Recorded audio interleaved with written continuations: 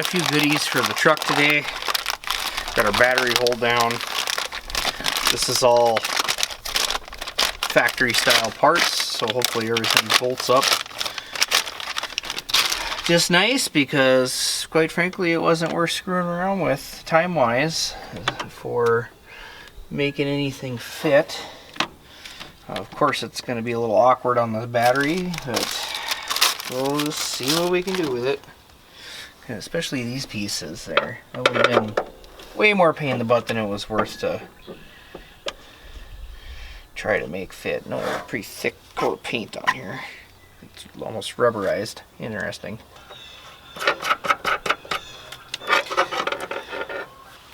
Okay, it's not a great fit.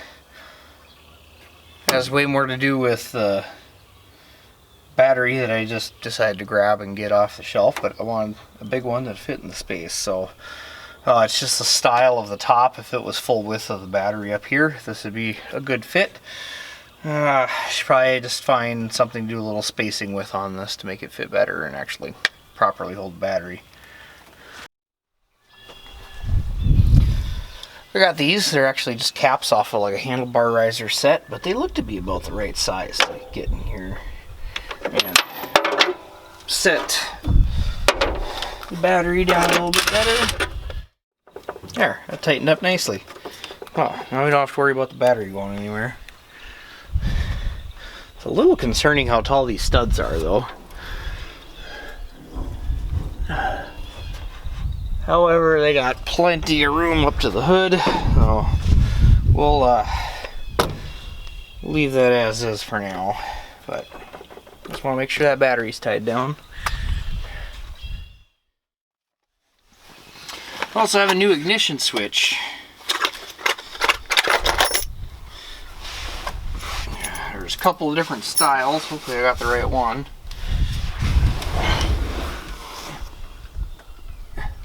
Looks like it. I'm hoping this is the problem for why I can't crank the truck from inside, and for why sometimes when you key on you get no power to any accessories.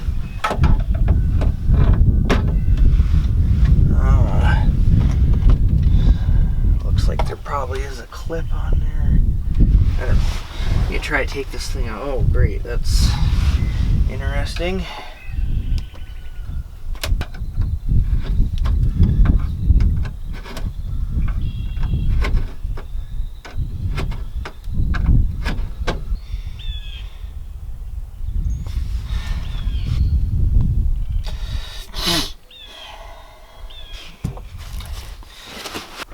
Oh, why is it so stiff though? What on earth?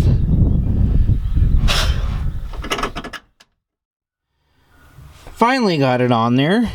I had to machine the ring because this diameter on the old one is smaller than what the new one is. The new one, while technically would fit, was too tight of a tolerance and would jam up trying to get it.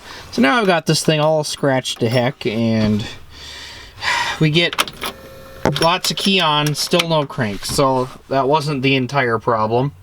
So that's a little annoying. And I'm just looking up in here and like, holy crap, there's a knife in there.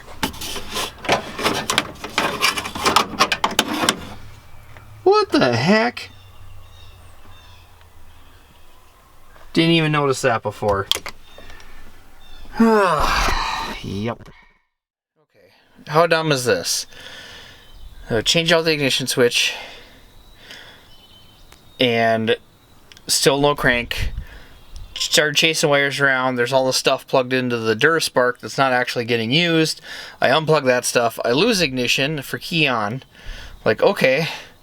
I plug it back in, and then I'm looking at the colors of what stuff is on a diagram online, and it just shows, oh yeah, the wire goes out to the starter solenoid. Well, we have a problem with that.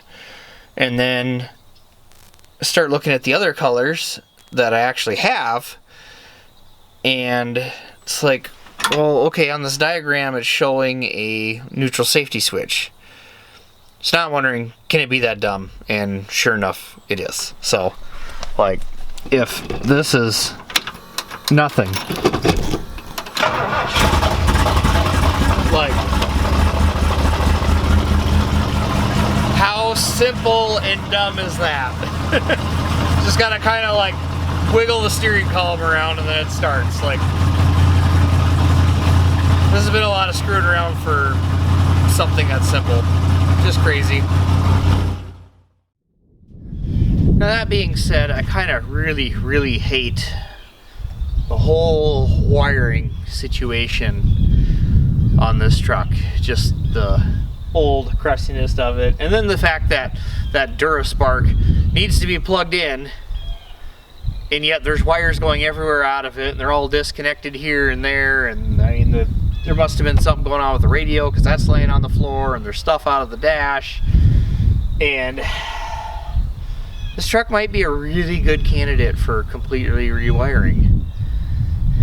And I'm still in the middle of doing that on the 50, and it's a lot of work, but I don't know, I think I'd be happier with it if it got done. Got a new glove box insert put in. I ordered screws along with it so I could get everything fit in there. I had to pull the latch out because it was jammed up and it just wasn't working, and you had to like fiddle with it or reach up under the dash and kind of push it down. Well, now with the glove box insert there, that's not an option, so I really needed to fix this thing. And now I've got it working. It was just kind of jammed up and it wouldn't go. It was almost like it let this pin come up too far and then it was jamming against it flat. But I think either just some parts were out of alignment inside of it, or maybe the spring was in upside down. I really don't know what I did. I took it apart and looked at it and stuck it back together, and it works. So I'll be able to remount that onto the door here, and now we got a functioning glove box.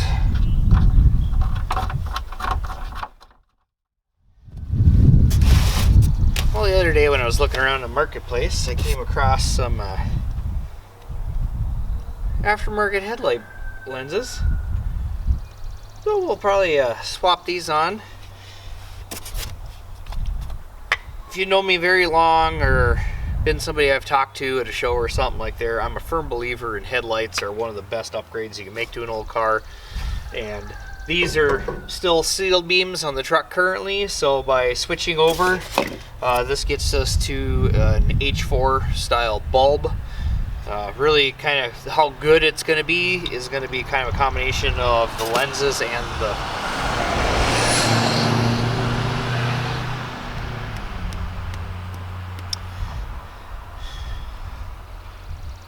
really how good the light is going to come down to a combination of the quality of the lens itself and then the bulb that you can put in it. The sealed beam versus just a regular H4 style, I mean, that's what most everything that's new is that newer style bulb. So we're going to be making a big upgrade in the bulb department, and hopefully the housing's pretty good too, to make sure that we can actually have some light if we drive this thing at night.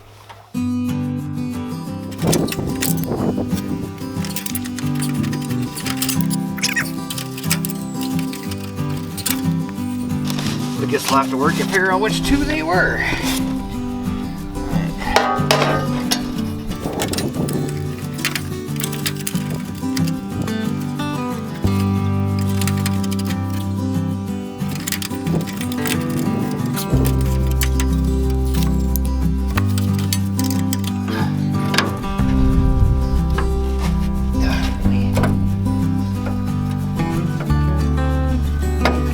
I can't grip the thing to turn it and orientate.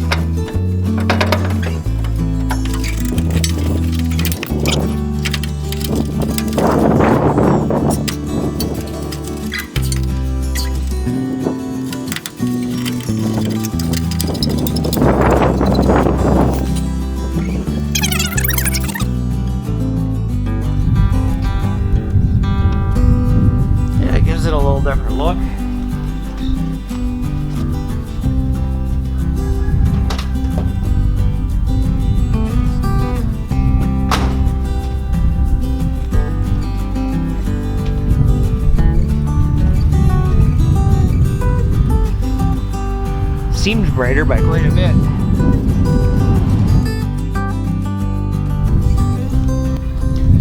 Well, I'd say it looks pretty good. Definitely a little bit of an update to the front. Now I want to paint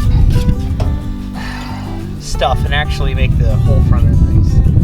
But don't get into that yet. There's still dents in the trim, the grill on the other side that can get fixed. Yeah, it's hard to get these orientated correctly. And then I think the beauty rings don't actually match, because this one uses all 3 bolts and that one I can't get all 3 lined up. So that's a little weird, but trying to get them rotated and lined up for vertical.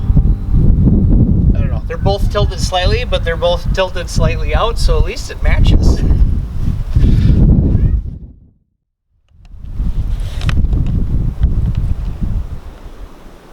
Yes, Binks? What do you want? Just meowing when I'm trying to take camera shots? Now you're gonna pretend like you don't see me. Oy.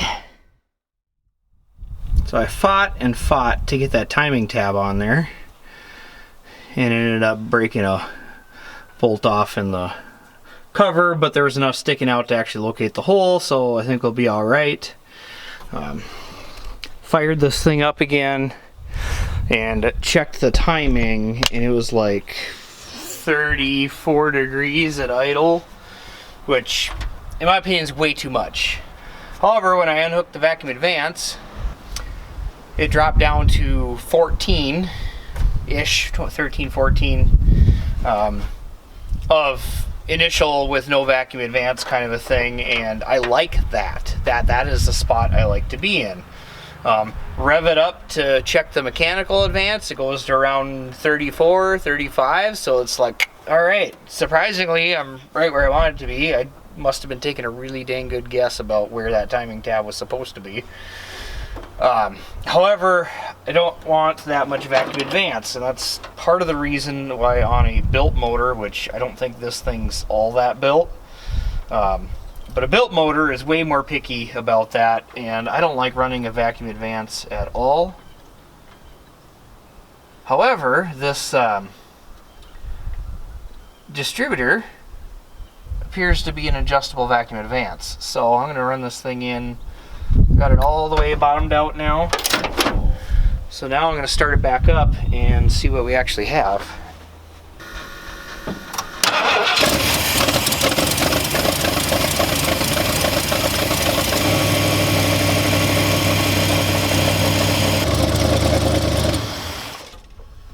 Disappointingly, it didn't seem to change it at all. Oh, if I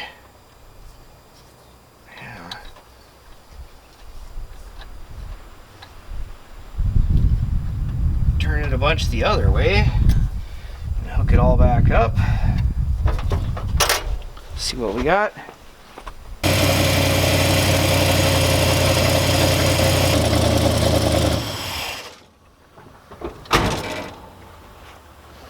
That did make a change. So we can back that screw out some more.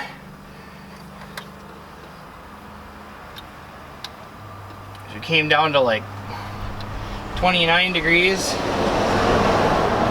from 34-ish. Back it out some more. I would like to be in like the low 20 to 24 maybe.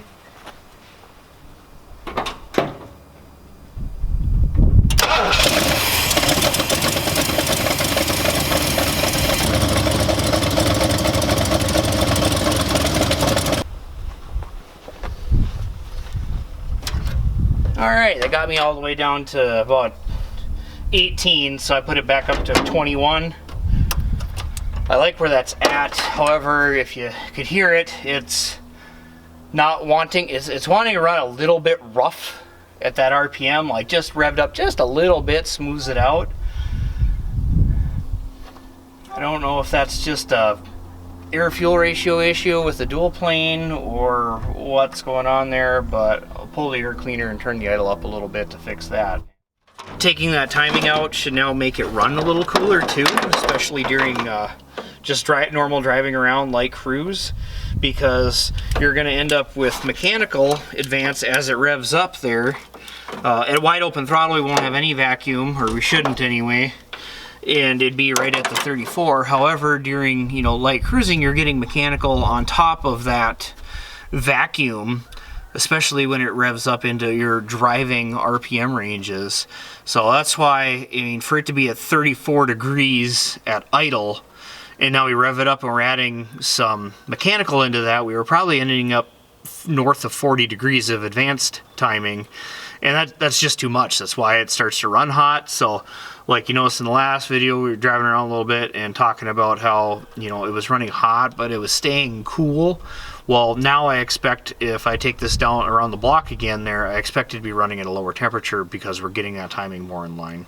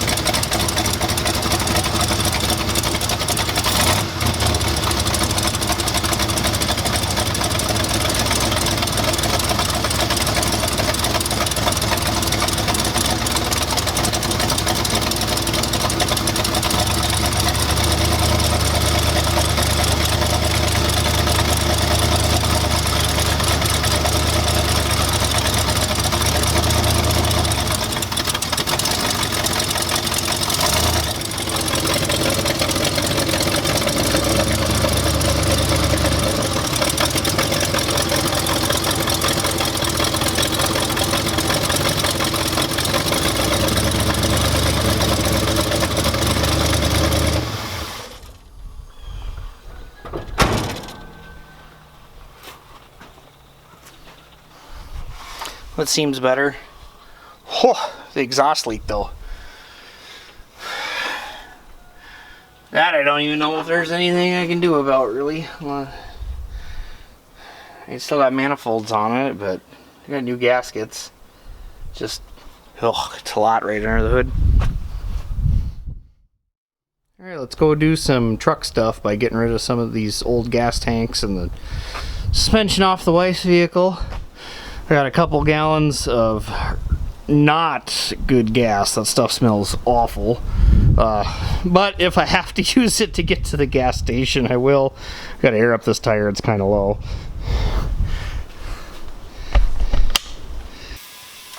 So weirdly enough, right now we got 235 85 16s on the back, and we got 950 16 5s on the front. So the wheels don't match at all. I mean, the tires aren't great as it is. I'd really like to change it up and do something, but I'm thinking about lowering the truck, so I don't want to go to, say, like a typical, what you'd see on a modern day truck where they got, you know, 33s or 35s and big, huge, wide wheels and tires, because that just isn't really what this needs to do. But the hard part is that I don't mind this tire size. I need a load range E. We want to actually do truck things with it, but it'd be cool to be a little wider wheel on the back than the front. Maybe something with a lip on it, you know, a big dish kind of a thing. But yeah, it's kind of hard to figure out what there are, because anything that you end up being more of a performance style tire is not in a truck style at all, and it's kind of hard to search tires by load range. So if you know of something, or a set of wheels that'd be sweet on here, leave a comment. Because I'm just not sure what to go with. You know, do we run some 16s off of like a GM truck or a Dodge?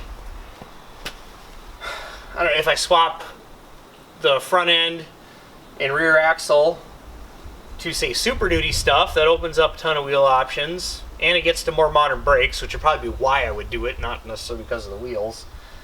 Because this is 8x6.5 right now, but the Super Duty stuff is 8x170.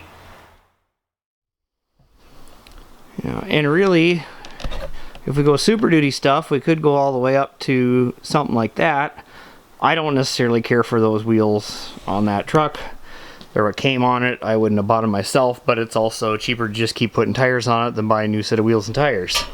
So if we go to a Super Duty setup, there's, you know, or I mean, even with the same bolt pattern we have now, you know, do we go to a 17 because they had those stock in some years, an 18 they had stock in some years, 20s were stock on that thing, and those are 20s. I mean, heck, there's even some stuff that's like, I see that's 22s, and it's just, I don't know if I want to be that big. Like I said, the point is I need a load range E-tire, because if I want to set this thing up to try to pull a trailer with it, I'm gonna need a truck tire and not a street tire. Alright, let's go do some truck stuff. Put my seatbelt on this time, Mom.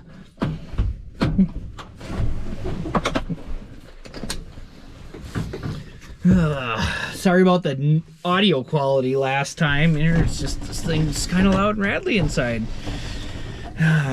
If you know of a mic for the GoPro to cut down on that, that'd be great. Otherwise, the plan when I get to it is to put a bunch of sound deadening in this truck anyway, but we need a new headliner. However, I don't think a new headliner is available, so I'm gonna have to do something different there. There's also a distinct lack of cup holders in here right now. Oh, I can use the baby seat though.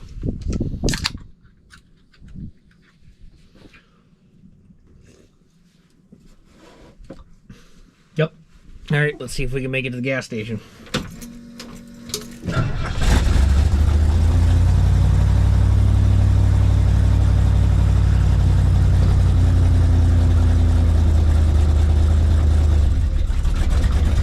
There's drive.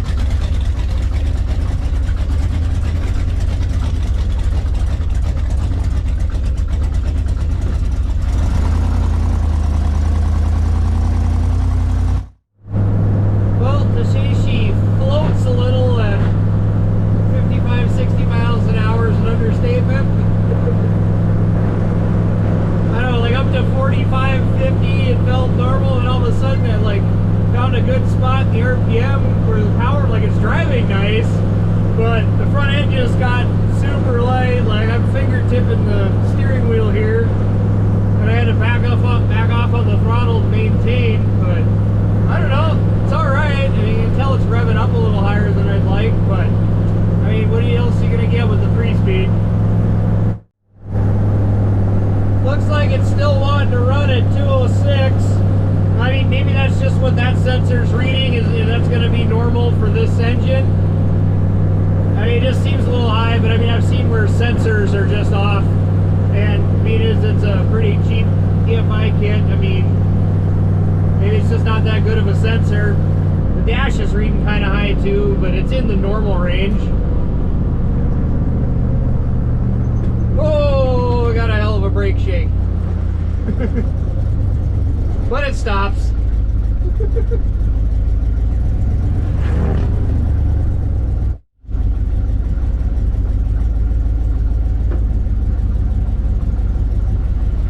And we've made it to the gas station.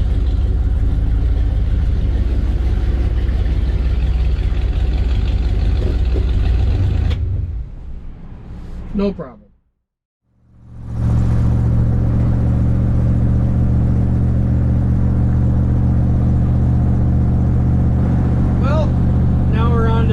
Second part of our trip, doing our BEERU in. It takes the back roads. Just try to cruise along with this thing and see how it does. Hey, look, our gas gauge is even trying to work. Well, that's cool. Also, I'm glad it makes sense the way the fuel selector is set up. It's aux to the top, main to the bottom. I felt like the bottom should be the rear. That's definitely the case. I also pulled up to the pump to fill the front tank, and luckily remembered before I just poured gas all over the ground because there's no front tank in it yet. I really need to get those two hooked up, or get the front tank hooked up also, so I can have the selector valve work. But yeah, at first the fuel gauge wasn't working, and drove a mile and now it's working, so that's pretty cool. I see the alternator's charging, that's good. There's so many mirrors in this truck, like when I turn to look, I don't know which one to look at. There's just so many. We got the big ones on each side, the little ones on each side. And at least they're close together. They're kind of far apart on the driver's side. Like I gotta pick and choose which one to look at.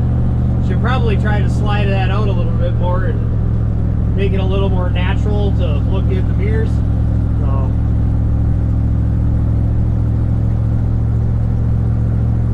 But really, this thing's not driving too bad. It's just the brakes. Like, wow, does it shake bad? I'll show you here in a second. We got a stop sign coming up.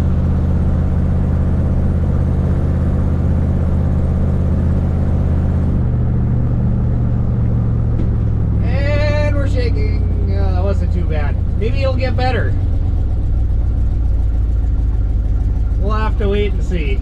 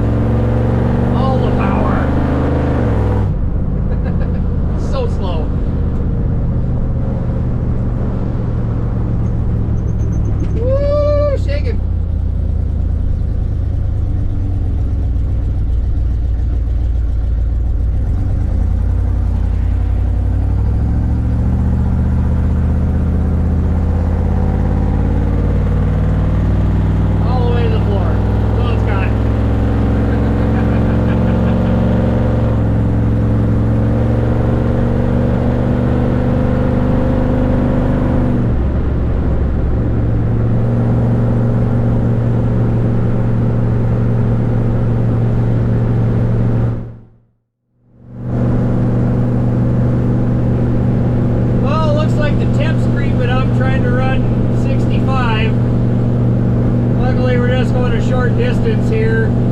I wonder if it's because that heater hose is looped and there's nothing in there to stop the flow. We might just be recirculating a bunch of hot water there.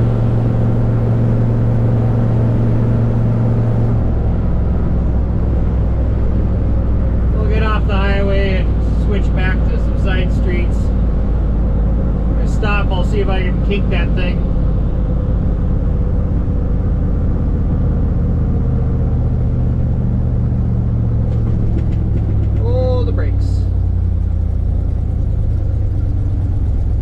So much pulsating. I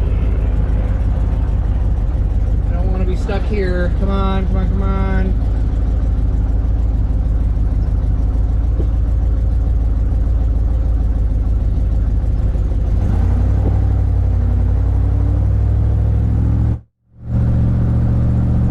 It's getting real warm. I see a gas station though. Why is the temp not coming down when we're just rolling and totally off the throttle? That doesn't make any sense. Alright, well, better stop and take a look.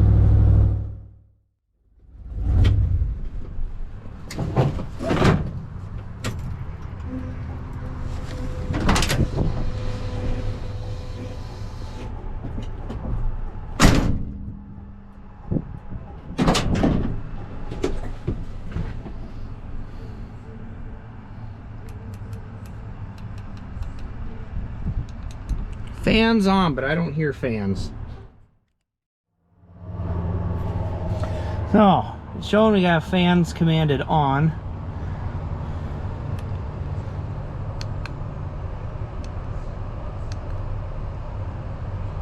But they weren't turning on.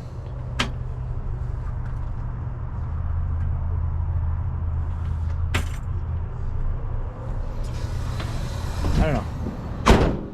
Supposed to be a ground trigger, but I jumpered it over here because I had the ground hooked up,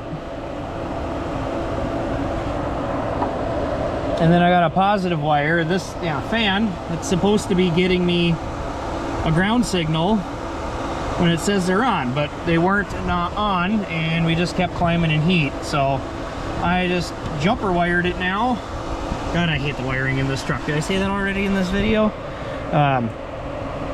But I'll let them run for a little bit. Looks like we're pushing fluids. That all looks like oil down there. It's definitely was pushing out the breather while we were driving. That's not cool. Probably gonna need to add a catch can or something to this. Something that'll do a way better job than just that single breather. Or I need to plumb it back in, but I really don't want to push all that oil into the intake either. Yeah, where is that coming? Did that push? Yeah, it's pushing out the dipstick hole. All right, so that makes sense. Oh, we got a little crankcase pressure to deal with at some point. All right, now that I got the fans overrode, I just remember to kink that hose too for the heater bypass. And yeah, coolant temp's coming down nice, so we will continue our journey.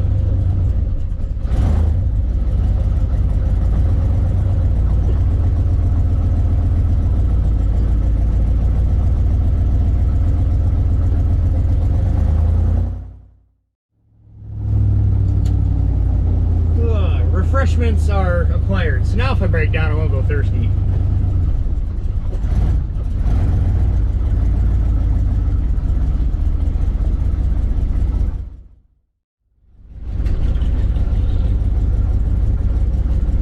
So remember how I was talking about tune-ups and how it affects how hot the engine will run? Yeah, I was just looking at it. It was trying to do like 14.2 or something cruising down the road. Just changed that to 13.5 and I'm immediately seeing the coolant temp drop. It matters, people.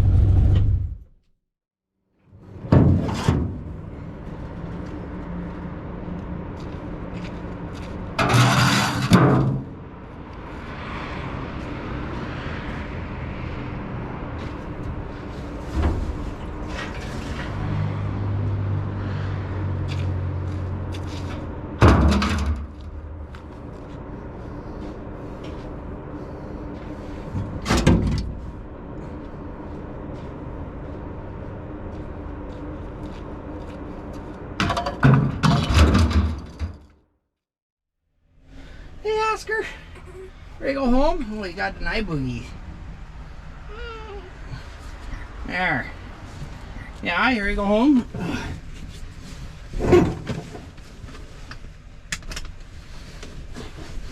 Alright, y'all hooked in?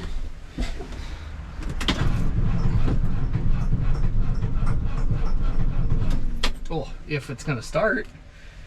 That's not good.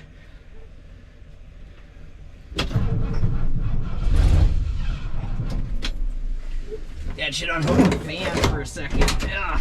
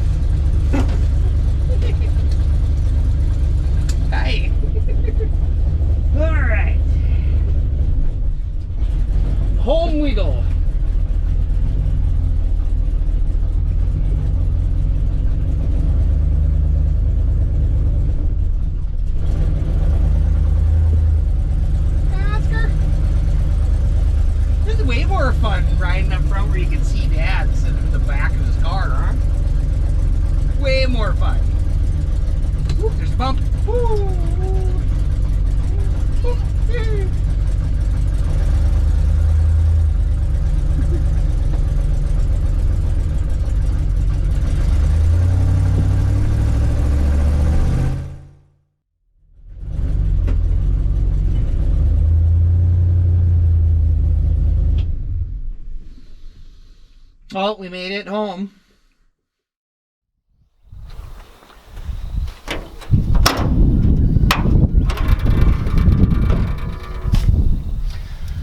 Okay.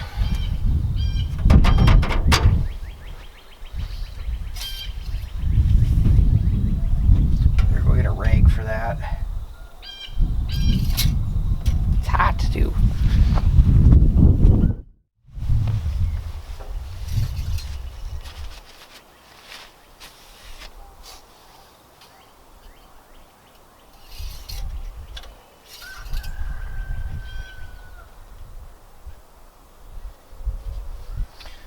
Well, we're not quite sitting level. We're to the back a little bit, but it's oil still claims to be full, maybe even a little over full, despite how much blew out this driver's side breather. I'm just wondering if it's just not enough crankcase evacuation going on. I think this fan setup is just not capable of pulling enough air to be worthwhile. A little perplexed as to why we're not getting the ECU. I mean, it is commanding the fans on, but I'm not sure why the fans aren't coming on with that. Pretty sure this bypass is just cycling hot water back into the engine. You know, we need to get at least a cutoff valve. I mean, I need to address what's going on with the heater core anyway. I assume it leaks, that's why it's disconnected. But yeah, there's still some things to address. As you can see, this radiator has a fan shroud. And while that is decent for making sure that you can try to use all the radiator when the fans are on, the real problem is the height here. This super short distance is basically blocking any airflow through the radiator, especially while driving, because it just dead hits against there. So really this is all wasted radiator. We're gonna have to do something different about that. Even if I just pull the shroud off and cut out big openings for everything, it will probably cool better because of it. Another thing I might be able to do is buy some piano hinge and cut out doors so that they tip open at speed and then close up when the fans are running and say we're at a stop sign. But I mean, really, this is just too much of a restriction going on because of this silly fan shroud. The real dagger in the side as far as trying to keep it cool is that this dual fan setup, I'm guessing is a lower end one. They don't, when they're on, they don't pull air very much. And the big thing is compared to like the stock mechanical fan that would have been on here, we're pulling probably it's a fraction of the air. Like we're probably pulling maybe a fifth as much air, if even that. I'd be kind of shocked, especially at highway speeds. You know, but so that on top of it, a lot of it being blocked off, I think this engine will run a lot cooler just getting airflow opened up through the radiator so that it can actually cool properly despite these small fans. And we don't know, we might just have to change out the fans to something that pulls a lot more CFM. It's just kind of a, I don't know. Well, let's try to work with what we have first, and then we can move on from there. I also have a bigger 16-inch Flex Light. It's an older one that I ran on the car like way back, like 10 plus years ago.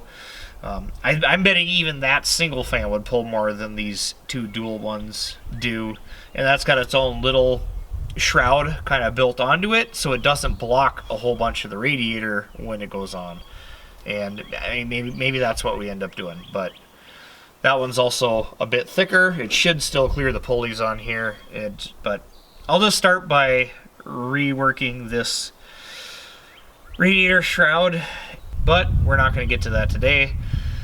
I was just happy to actually like take this thing on a trip and actually do some stuff with it. And hey, we made it to the gas station without running out, filled up with gas without it leaking everywhere, which was a big plus.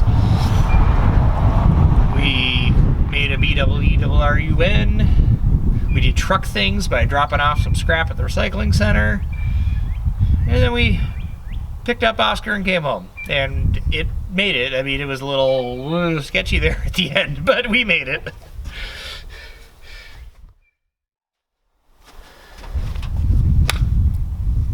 So it's time for some dad duty with Oscar, and oh, look at him, he's so happy. So happy. Anyway, I got stuff to do there. Next video on the truck, maybe we'll finally get around to hooking up the dual tanks and make sure that that whole system works. I have the tanks, I finally have some straps, I just haven't gotten around to getting that installed, and we'll definitely need to be dealing with the cooling system. So, next video.